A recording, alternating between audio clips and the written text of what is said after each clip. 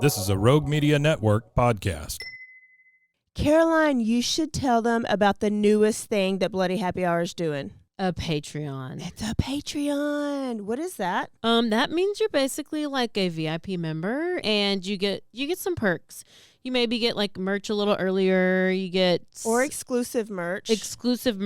You could get first dibs on signing up for a live show. You get episodes with no commercials. You get our video because our video is no longer available on YouTube. It is only on Patreon. And the most important to me is you get videos of our live shows, but also bonus episodes each month. But if you're on a Patreon, you're VIP, you're going to get more. Because I always have a lot of details I want to go to. I can law-splain. I might read a book. This is also going to be the exclusive place that Dirty Chat is going to go to. In order to hear the full content, it's going to be Patreon. Where do they go again? Patreon.com/BloodyHappyHour.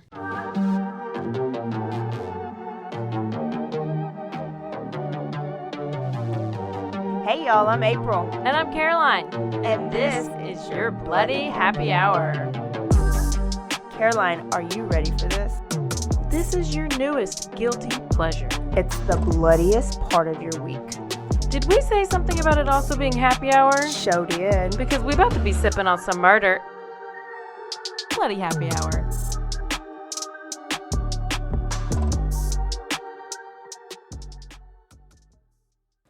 Hey y'all, this is April. And this is Caroline. This is Thursday. It is Thursday, and we're going to L.A. Only LA? Well, we're starting in Pennsylvania because, well, we're still on a manhunt, but that's also where this person was born. Pennsylvania. Yes. So Do not Danilo. We're not going to find Danilo. I mean, we might. Okay. We might find some. We might find him. We could. Escape convict. What about, so no Penn State and Sandusky? No, but you should definitely do that story. We should, and we should get friend Robin to come because she went to Penn State. I'm pretty sure she got molested by Sandusky. Wow. So she would basically be a victim, live victim on the show. Live victim. Yeah. I think that we should. I think we should Let's do that. do it. Okay. Okay. Robin, All right, you coming on? Yep. She's our next guest on the episode. So get ready. This story is actually playing out in court right now. Oh. Here's what happened. Are we going to have an ending? Listen before y'all listen.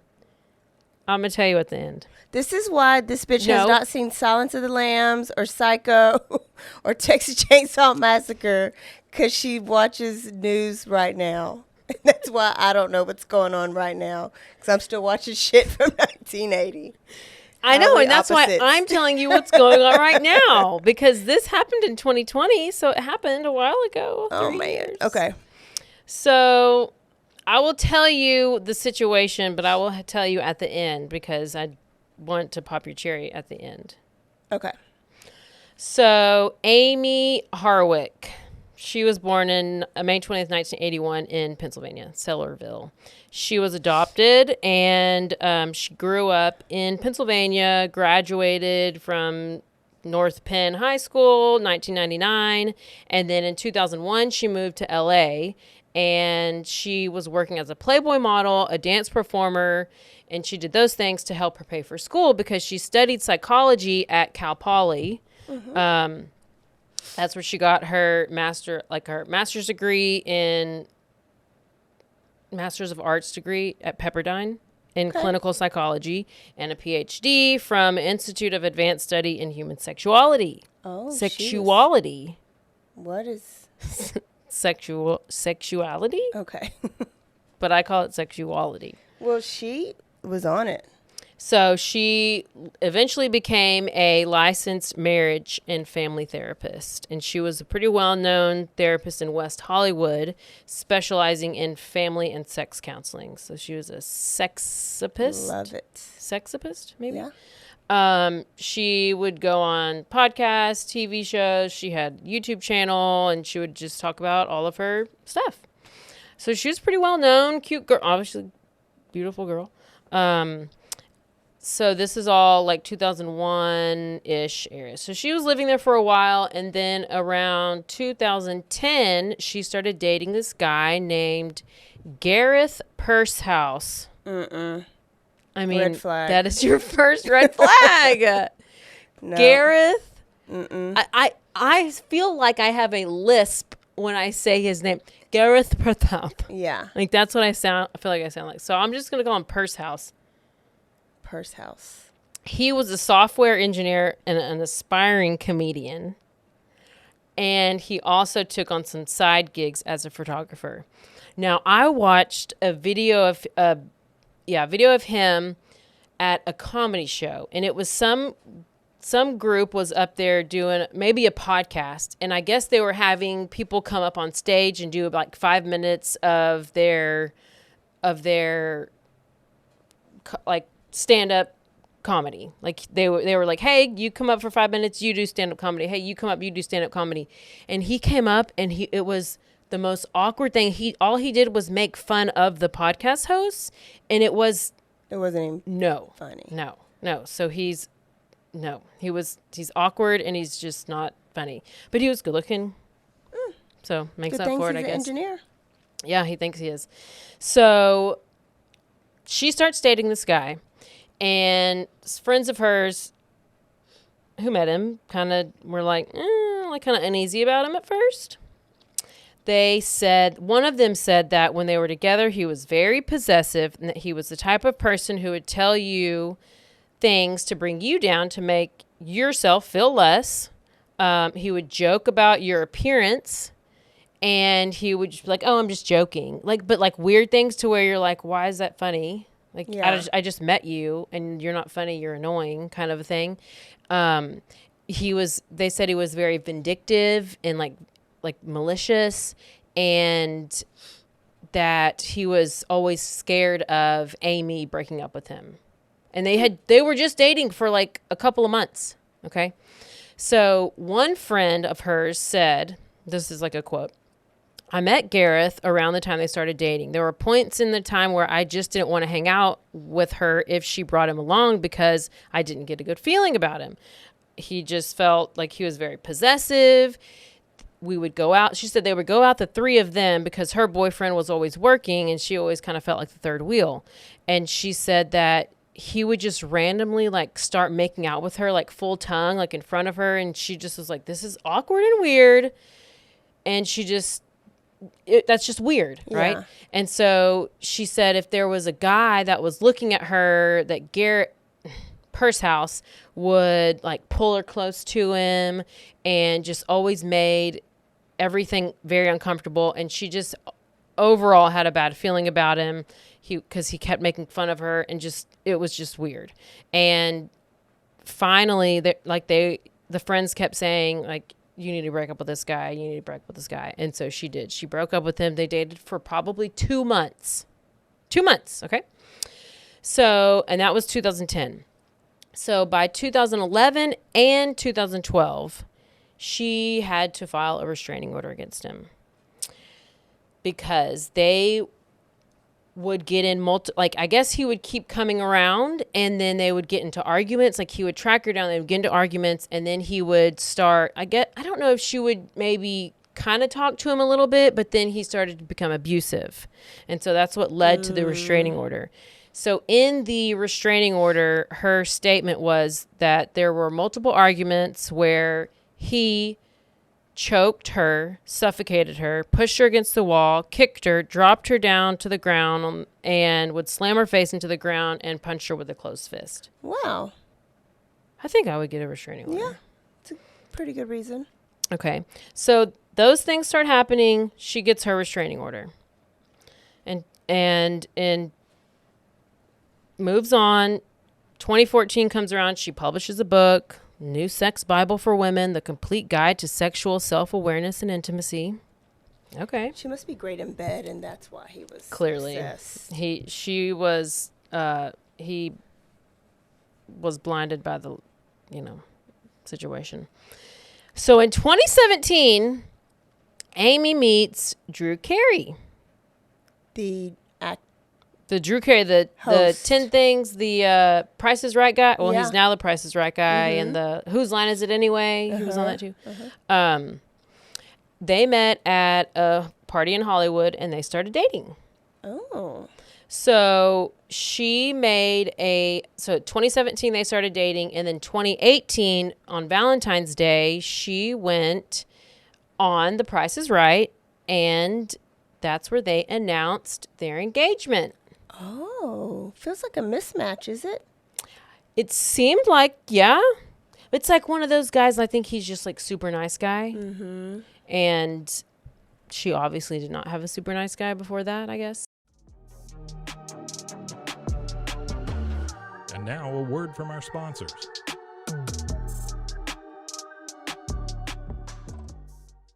All right, if you love smoothies or if you love your protein in the morning, you need to get you a Blend Jets.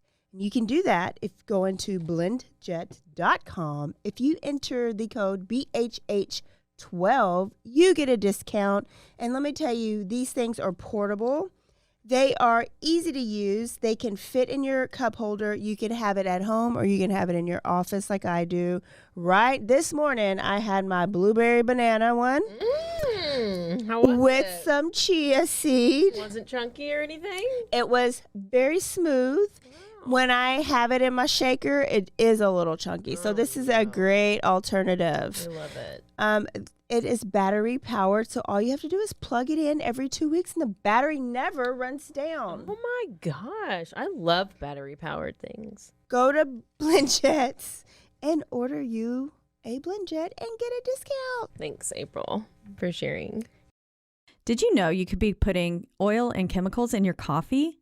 I love coffee creamer, but I don't think I've ever turned the bottle around to actually see what's inside. When I did, I found out many of my favorite creamers contain ingredients I would never intentionally add to my coffee cup, like canola oil, dipotassium phosphate, ew, and artificial flavors.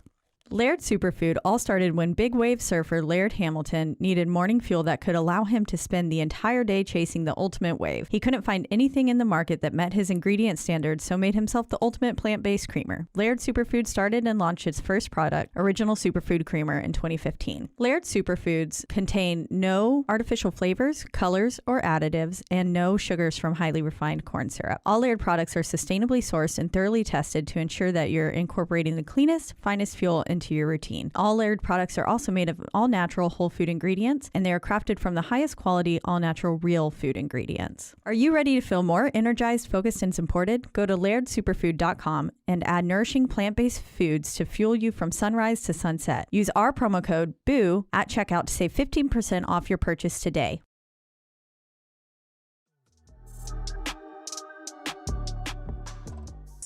And so, unfortunately, a few months after their engagement, they ended up calling it off. But it was amicable,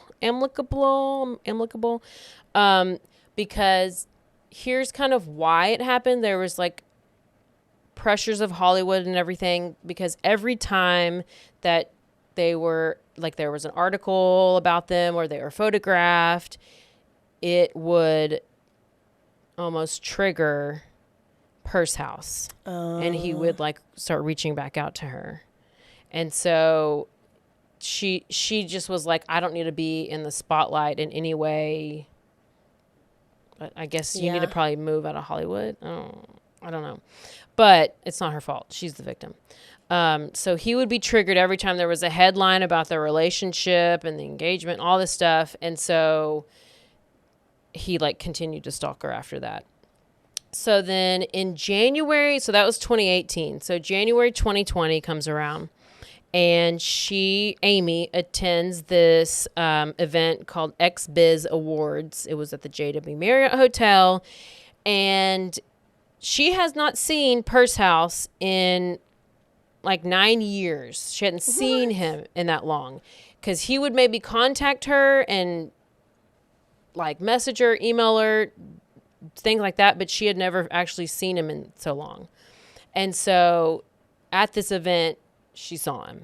They ran into each other because he was a photographer at the event. So he's there, and he immediately gets like furious and starts crying. Oh my gosh. And just at the sight of her. So he starts acting like unhinged, delusional, like he's living in the past. He screams at her and just starts yelling at her and like recites old text messages. Yes. And so he says like she ruined his life and was saying that she was like such a bitch, and just is like she's like fully embarrassed because they're at this event. Yeah. He's screaming. He's actually working, so that's weird.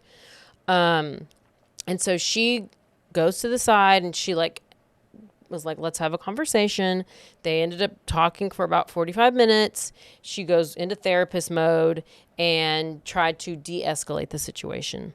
So from a couple of things that I was reading and stuff, if you break the restraining order?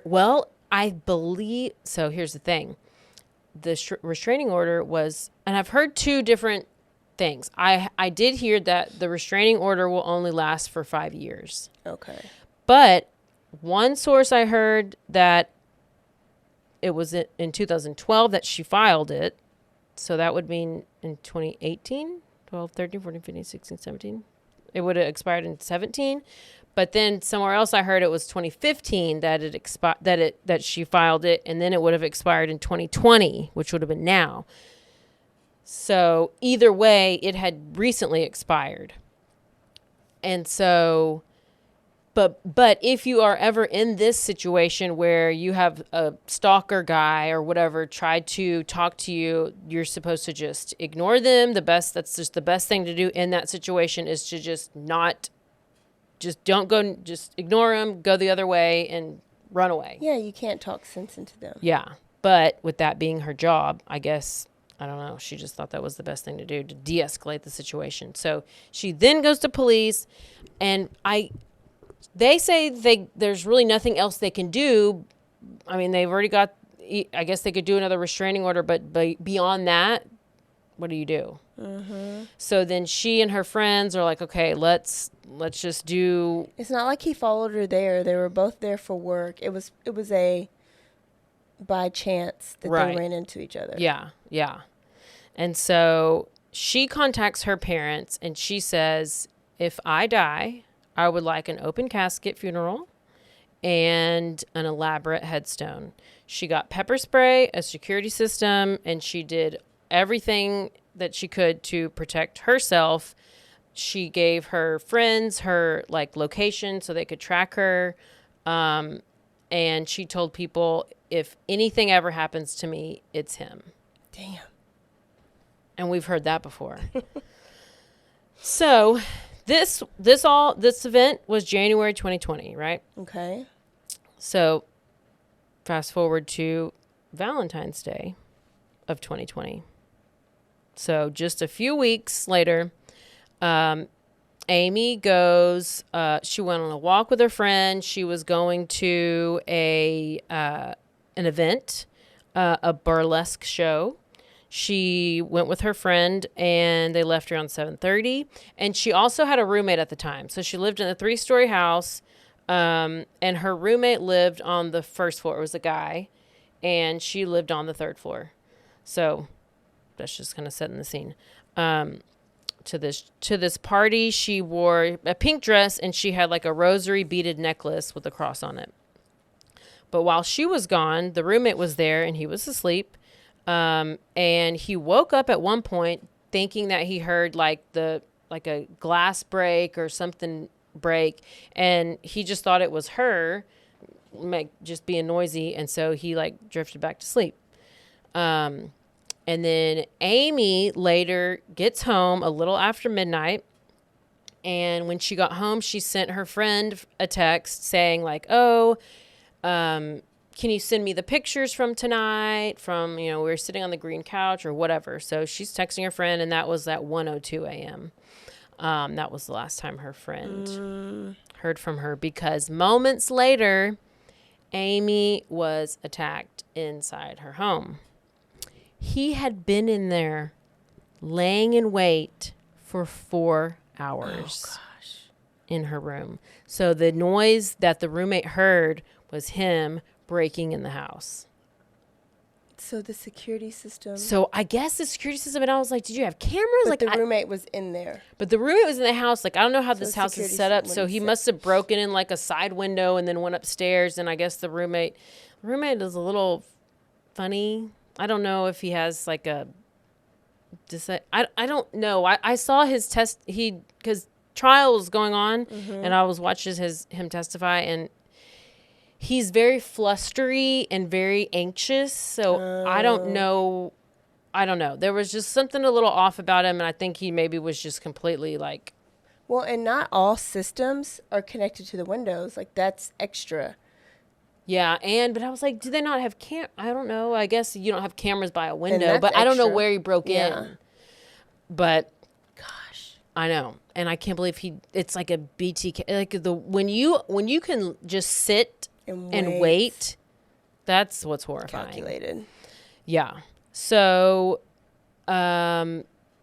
she's getting attacked upstairs. The roommate wakes up at this point, and he hears it, and he starts yelling for whoever it is to stop. And he doesn't want to go and approach, because you should really never approach that situation, because, I mean, you yourself could get hurt. So what do? Run and get help. He said he couldn't find his phone, so he like climbs over. I think there was like a brick wall that surrounded the property, and he like scaled the wall and like ran to a couple neighbors' houses. They didn't answer, and I guess it said some lady was walking on the street. I'm like, this is 1 a.m. The worst. This is 1 a.m. Some random person is walking on the street, and this guy, so the roommate gets to use the person who's walking on the street's phone to call the cops. So the cops get there, and can you imagine, like, he's scaled this wall, so he's like kind of bloody, and he's a little frantic and a little like different, spastic, yeah. And so the police immediately are like thinking this guy did it, because he has blood on him, and he's acting very strange, and he's saying he lived there, but he didn't have keys to unlock the house, because he says he jumped over the. I mean, it's a whole mess. I'm watching this thing, and I'm like, oh, I do not blame those cops at all, because he looked very guilty. And now a word from our sponsors.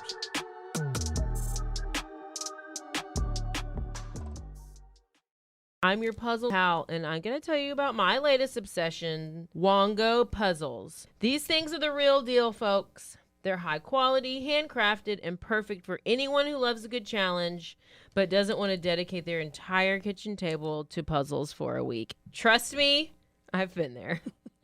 I might still be there. But I got one of these actually for Christmas. I loved it. I did it, and I was so proud of myself. And they have all these cool designs, and you need to go to wongopuzzles.com and use our discount, BHH. You get 10% off, and I really want to know, if you'll order one of these puzzles, what'd you think about it? Because it's so fun, and I need to order like 5.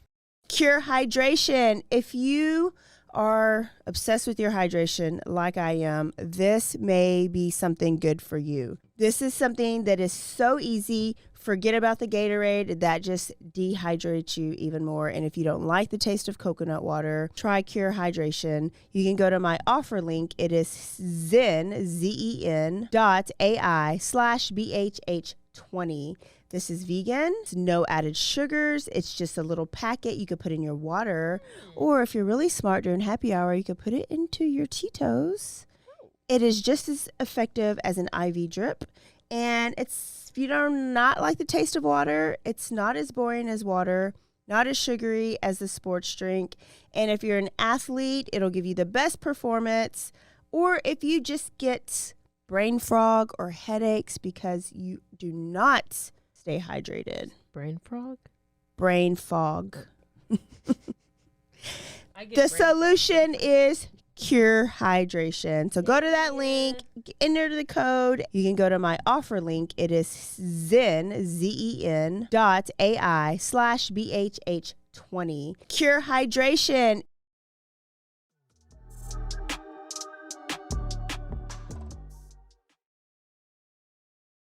So the officers rush there. They find her on the ground outside of the house as if she had been thrown over her 3-story balcony. Oh, my goodness. Struggling to breathe. And they noticed that she had like marks around her neck, like she'd been strangled, like strangulation. And then they were pretty severe. They rushed her to the hospital, and she was pronounced dead at 3:30 a.m. Back at the house, they find evidence of a violent struggle. There was blood on the bedroom door. There was the beads from that rosary necklace she was wearing were scattered all throughout, and they led to the balcony, kind of. Oh, yeah. So they were... That's how they, and then obviously she was out there. And so what he did was okay, I'll tell you in a second. So the roommate told the officers that he had heard the loud noise, that something woke him up earlier in the night, but he fell back asleep because he didn't think it was anything. He thought it was her. And that's when they were like, okay, that was him breaking into the house. And that's when they figured out that he was like plotting and laid and wait and all that stuff. So this is a statement from the LA police. They said, when officers went to make entry, they found the victim on the ground beneath the 3rd-story balcony. The victim was gravely injured. She suffered significant injuries consistent with the fall. The investigation revealed possible evidence of a struggle in the upstairs as well as forced entry into the residence. A canvass of the area located further evidence of an intruder entering the property and then leaving after the murder. So then a medical examiner ruled her death a homicide, made notes in the autopsy that she died due to manual strangulation and blunt force trauma. So within 15 hours of the 911 call, they arrest Pursehouse on suspicion of murder.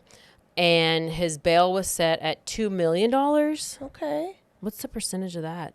2,000? Don't you have to pay like 10%? I don't know percentage. 2. Because he bailed out or bonded out. Uh-huh. And then 3 days later, he was rearrested. I don't know why he was rearrested, but then he was formally charged with murder and burglary. And then he had been in jail ever since. So I think some of her friends were like terrified after he was released and bonded out, but I don't know the ins and outs of how you go, like why you go rearrest him. I don't know, but he was rearrested. So the detectives start digging into her past, and they find out all this stuff. Maybe that's what they did. They started digging into her past, and they find out that she had filed 2 protective orders against him and all this stuff and blah, blah, blah. And then apparently he had previously, so this is what they found. He had previously broken into her apartment. He had been sending her like gifts, unwanted gifts. Once he had like taped flowers to her door. He would watch her inside of her home through other windows. He caused like all this drama in the neighborhood. He would constantly email her and her friends. Oh. He would like cause chaos with kids in the neighborhood. He would text her saying things are going to get worse. So threatening emails. She said that to her mom. Because I was like, why after the fight did she say, if I die, it's him and I want an open casket? Yeah, she would send, he would send threatening emails to her and her friends. And that's whenever we find out that what had happened, like during one of their arguments as to why she filed the protective order. And I'd say that he had once pulled her out of the car or like pushed her out of the car while driving on the road. I feel like that's happened. When they were together? Yeah. When they were together, yeah, that was one of the abusive things he did. Left her on the side of the road with the bloody nose. Could have been worse. She could have had road rash and a broken collarbone. And that he suffocated her, punched her, slammed her head on the ground, kicked her, told her he would hit her because he was so mad, and refused to get help while they were in the relationship. All that stuff. So they go and they finally figure out, they believe that the January encounter from that show that they went to where he was the photographer, that is what ultimately led to him spiraling into this obsession and then ultimately killing her. Gosh, he was already obsessed, but that just triggered him even worse. Yeah. So then, whatever she said to him. I mean, and she probably because of how she was so nice and caring, and he just is psycho and has a mental disorder, I guess. I mean, obviously. So after his arrest, he got his, attorneys, and they filed a motion trying to dismiss the case, saying there wasn't enough evidence, blah, blah, blah. But then the judge was like, yes, there is enough evidence. And some of the evidence was that there was DNA that was collected from underneath her fingernails and from one of the doors in the house that was his DNA. Sounds like enough evidence to me. But then they also found a syringe at her house, that was left on her bed, filled with a lethal dose of nicotine. What?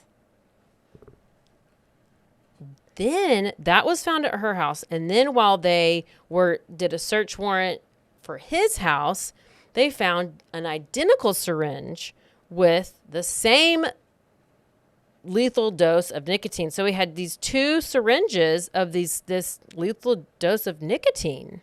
He was going to kill her and then kill himself that way in a non-violent way, but he couldn't control his anger. So he couldn't control it. So then the trial started on the 29th, August 29th. Yeah. And it was supposed to be already over. Okay. So prosecutors, which is the state, they claim that when Pursehouse heard the roommate scream for help, that's when he threw her over the balcony. Damn. So, he laid in wait. He attacked her. She starts screaming. The roommate is like, what's going on? So it must be two different balconies because he jumped over something too. Which one? The roommate? Yeah. No, that was the outside, like brick, fence type of thing. She had a balcony connected to her bedroom. That was on the third floor. That's where she was thrown over. That's what they say, she was thrown over there. But his story is different. The defense's story is different. So the prosecutor said that's what triggered him to I got to throw her over the balcony and get out of here, because I guess he didn't know that the guy was there. I don't know. 20 feet. It was 20 feet up that she was thrown from, landing on the patio in the backyard, barely alive. And we know the rest. Died 2 hours later in the hospital. He pleads not guilty.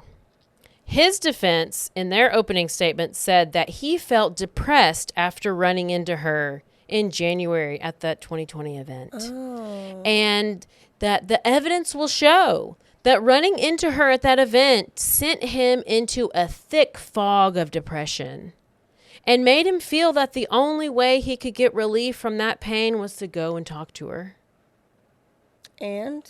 The evidence will show he never intended to kill her. And that he broke into her house to talk to her. And he planned to use the nicotine-filled syringe to kill himself. And that he did not throw her over the balcony, but she fell when she was trying to get away from him. Oh, my goodness. And he set this chain of motion that led to her death. But April, the attorney got COVID and the trial was paused for a week, and I was already done. And so I was like, I was supposed to have a verdict by now, because this was supposed to be like a quick short trial, and they had to pause it for a week. So they made him quarantine? You don't even got to quarantine anymore. I don't know, but I was like, I couldn't not do it. I was already invested. So listen, here's the one thing. Guilty. We know he's guilty, but so let's say he's guilty. If he's convicted, when he's convicted, he is going to spend the rest of his life in prison. He's technically, here's the weird thing, he's technically eligible for the death penalty due to special circumstances of him like laying in wait. Uh-huh. However, in January 2022, which would have been after the murder, good old Governor Gavin Newsom announced that California's death row penalty would be dismantled by the end of 2024. So I don't think they'll have. So I don't know if he will get the death penalty, even if he's convicted to get it. But either way, I believe he will spend life in prison.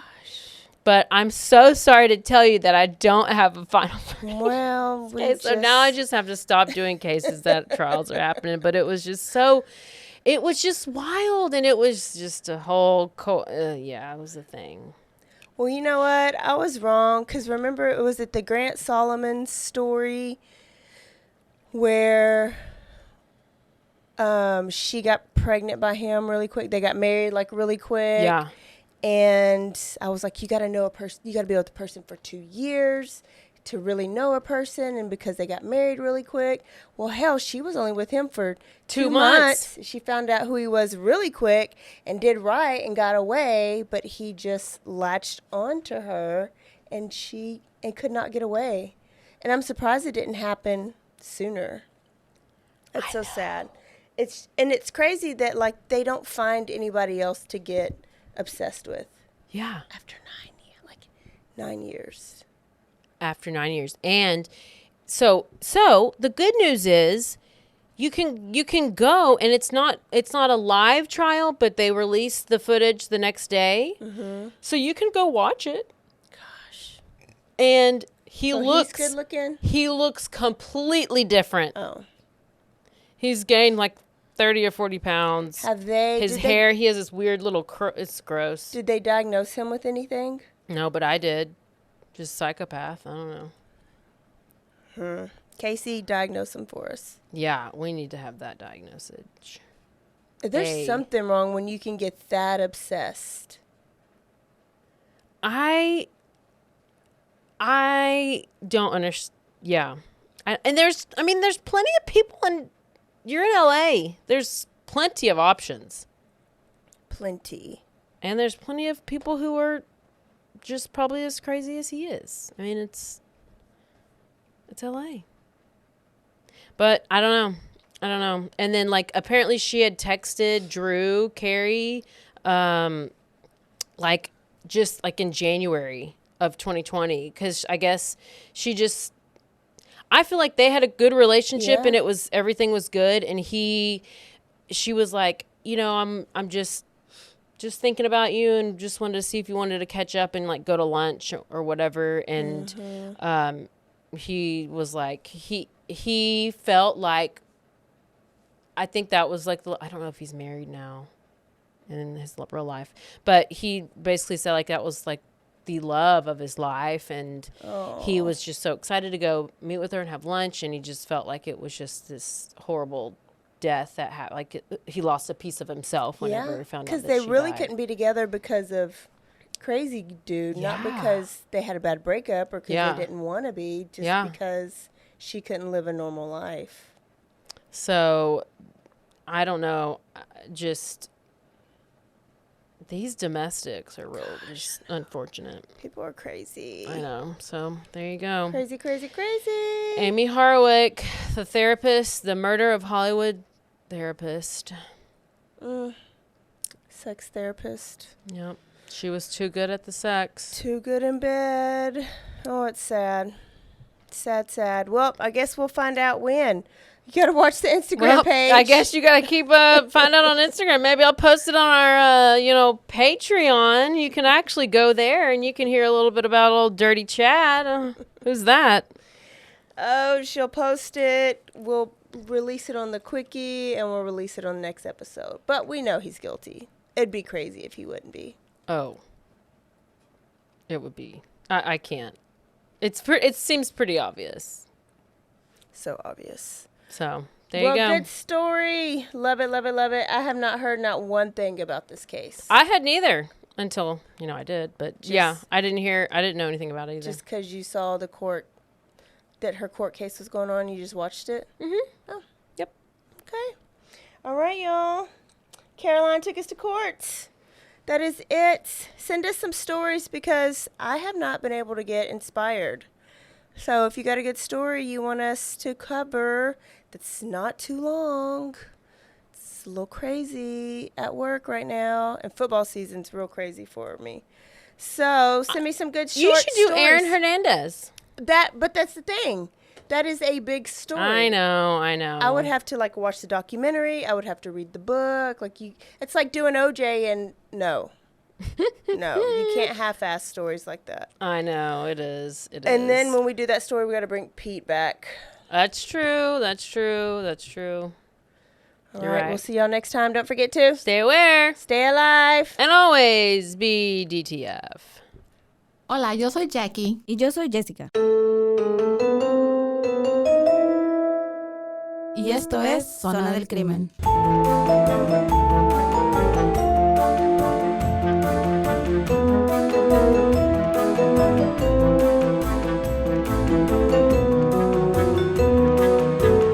Un podcast donde hablaremos sobre casos de crímenes reales y eventos impactantes que han quedado marcados a través del tiempo.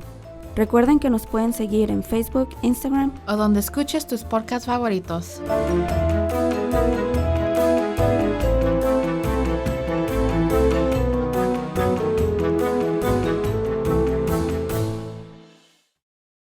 Hey, I'm Blair. And I'm Brittany. And we're the host of By the Cover Podcast. We cover everything from mysteries, thrillers, romance, chick lit, and even some smut. Don't forget the smut. Yeah. We're so excited to get this thing going and share this with you guys. We've been talking about this for months, and it's finally happening. Yes. Special shout out to Rogue Media for helping us with this. For sure. You can find us on Instagram at bythecover_podcast. You can also find us on Facebook and TikTok, so don't forget to give us a follow on those two also. And we are so excited to dive into some of our favorite books and share those with you. We can't wait. Hope you love it.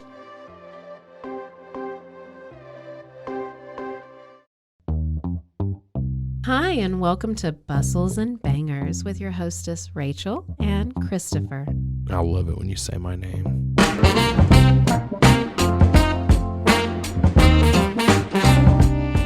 And you didn't say hi. I didn't. You just kept going. I'm going to introduce the book. I'm not reading it. It's because I don't like reading. girls like cowboy butts, and those jeans don't hide anything. Find us on Instagram at Bustles and Bangers or on roguemedianetwork.com.